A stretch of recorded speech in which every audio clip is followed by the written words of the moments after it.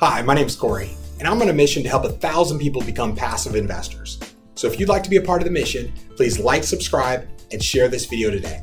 All right, let's get started. Today, you're gonna learn how I became a real estate investor. And my goal for this video today is to inspire you to also become a real estate investor. Now, the first step for me in becoming a real estate investor was really laying the foundation for my education and knowledge in business and in real estate. Everything you're gonna learn in business is gonna help you out as a real estate investor. So I mean marketing, negotiations, sales, putting together contracts, anything you can think of in the business realm is gonna help you out specifically in real estate. I also had to read books, listen to podcasts, get mentors specific to real estate. Okay, step number 2 for me was really identifying a financial problem. And for me, that financial problem was I want to work less or not work in the future, meaning 10, 20 years down the road, do I have or will I have the right amount of assets to take care of me or the right kind of income to take care of me in those years? I was looking at 401k balances, looking at other finances that we had, and the reality was we didn't have what we needed to sustain ourselves throughout those later years if we wanted to maintain that same lifestyle. So we identified that problem. That was so important, because if you don't have a problem driving you to be a real estate investor and you're just doing it just for extra cash, but you don't really have a real goal in mind, I don't see how you're gonna be as successful as someone who really, you need to make it happen. And for me, I felt like we really need to make it happen, and we're still on our journey, so we're continuing to make it happen. So for you, I would say, find that financial problem, whatever it may be.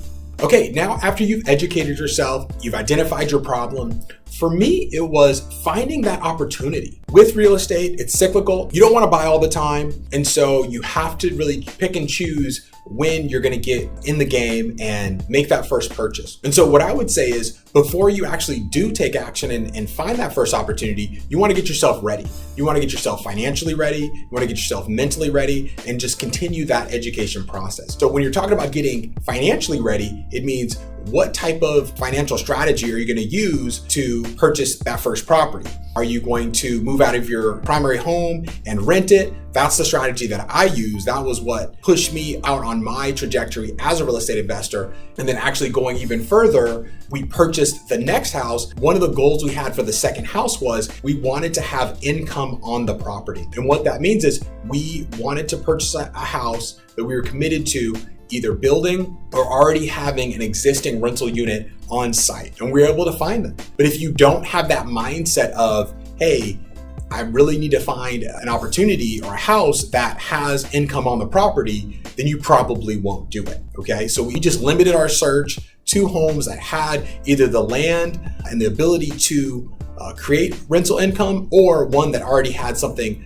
built on site. Being here in California and dealing with permits and things like that, it was much better for us to just have something that was on site that we could rent. And I was able to rent the rental unit within 30 days of us moving into the property. And that was my goal. I set it, we were able to do it. And ever since then, we've had rental income every month, except for a few months during COVID, which was kind of a crazy time. The next important step for me was communicating with my spouse. That was very important. Letting my spouse know that what we were doing was different from what we'd done before, but that I had learned enough and that this was a simple enough concept that things wouldn't go bad. And so far, so good. Things have not gone bad. At first, when you're stepping out there as a real estate investor, you really do have a lot of things in your mind. You're really thinking, hey, are people going to trash my building? Are people going to pay rent? Are they going to be good applicants right off the bat? And then all of a sudden just switch on you.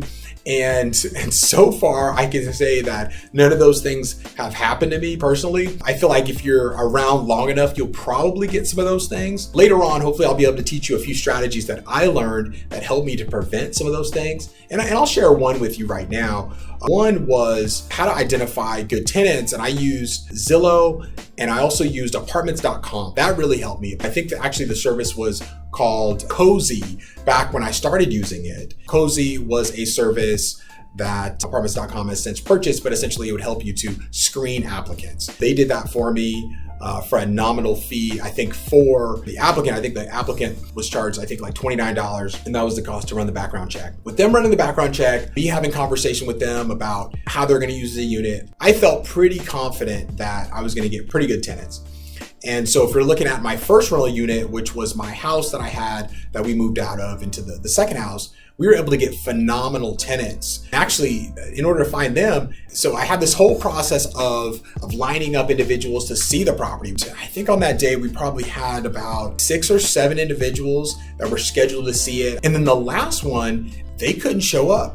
They actually weren't even in town. They weren't even in the state. So what I did was I just FaceTimed them and showed them around the property. These are 2 busy professionals, and they didn't have the time to come out to see any more rental properties. I think they'd already been out here. They weren't able to kind of come out and see any more, but I think their deadline was really coming up in terms of them needing to be on site for the new job they were taking. So we were able to get them to sign a contract all electronically, use Zillow with a contract. We were able to sign them up. They happen to be great tenants, and they now live in the town that I live in now. The last step for me was really taking action. And that's really what it comes down to as a real estate investor. If you don't ever buy a property, guess what? You're not a real estate investor. You've got to put some money on the line. You've got to put some skills on the line in order to get that return that you will from that property. And so for me, just kind of breaking down my opportunity, I talked about this a little bit earlier on the video. When you are moving from one residence to another, or you see something in the market, seize those opportunities. For me, it was us moving to another house, and I was able to conversate with my spouse and let her know that, hey, this is what the plan is. This is how we're gonna take care of it. This is the plan if everything goes bad, because you have to have a plan like that. Thankfully, none of that has happened,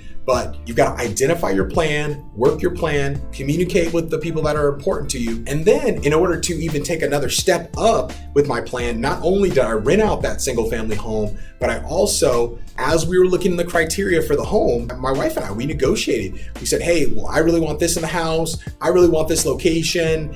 And for me, my big sticking point was we've got to have rental income on the property. I just felt like it was so important for our financial future, for our kids' future. And thankfully, I was able to convince my wife that that was something that we should prioritize. And so far, it has worked out just fine. We were able to take some of those steps, invest in a larger building out of state, and then also do a joint venture partnership on an apartment building here.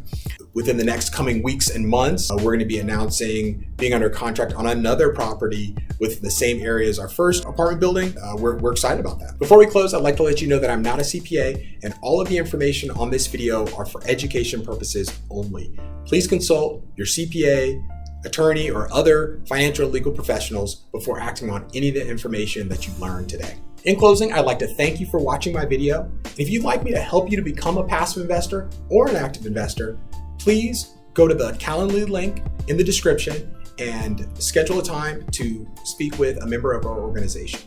And also, and lastly, please like, subscribe, and share this video with someone today. Thanks so much. See you next time.